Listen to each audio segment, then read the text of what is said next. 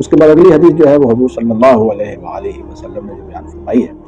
وہ حضرت ابو ہریرہ رضی اللہ تعالیٰ عنہ سے، اس کو امام مسلم نے اپنی صحیح کے اندر بیان فرمایا ہے، اور نبی صلی اللہ علیہ وسلم فرماتے ہیں، بہت پیاری حدیث ہے، ان اللہ طیب لا یقبل الا طیبا، اللہ تعالیٰ کی ذات طیب ہیں اور اللہ تعالیٰ طیب کے علاوہ کوئی قبول نہیں کرتے، یعنی اللہ تعالیٰ حلال مال کے علاوہ کوئی صدقہ قبول نہیں کرتے، کوئی نیکی قبول نہیں کرتے۔ وَإِنَّ اللَّهَ أَمَرَ الْمُؤْمِنِينَ بِمَا أَمَرَ بِهِ الْمُرْسَلِينَ، اللہ تعالیٰ نے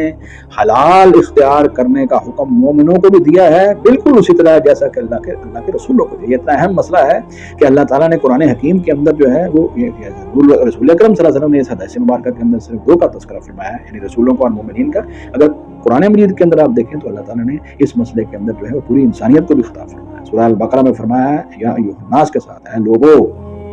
پھر ایمان والوں کو خطاب فرمایا ہے یا ایھا الذین آمنوا، سورہ المومنون میں یا ایھا الرسل، اے اللہ کے رسولوں، سب کو خطاب فرمایا ہے کہ تم نے دنیا کے اندر جو ہے جب رہنا ہے پھر حلال چیزوں کو کھانا ہے، حرام سے بچنا ہے۔ اتنا اہم مسئلہ ہے۔ حضور فرماتے ہیں اللہ تعالیٰ نے مومنین کو حکم دیا ہے اور ایسے ہی جیسے اللہ تعالیٰ نے اپنے رسولوں کو حکم دیا۔ فقال تعالیٰ، اللہ تعالیٰ نے کہا یا ایھا الرسل، اے رسولو، کلوا من الطیبات، تم پاکیزہ چیزیں جو ہے وہ کھاؤ، وعملوا صالحا، اور اچھے عمل، یعنی تمہارا اچھا عمل جو ہے وہ اس کے حلال پر منحصر ہوگا۔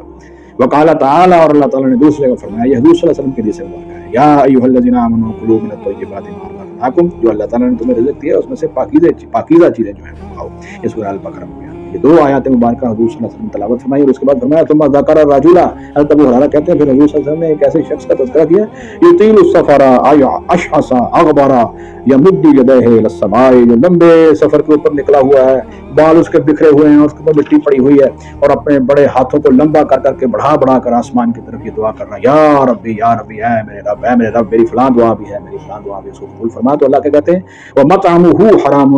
اے دعا مانگنے والے تیرا تو کھانا ہی حرام کا ہے، ومشربہ حرام، اور تیرا پینا ہی حرام کا ہے، وملبسہ حرام، اور تیرا لباس بھی حرام کا ہے۔ تم نے جو ہے وہ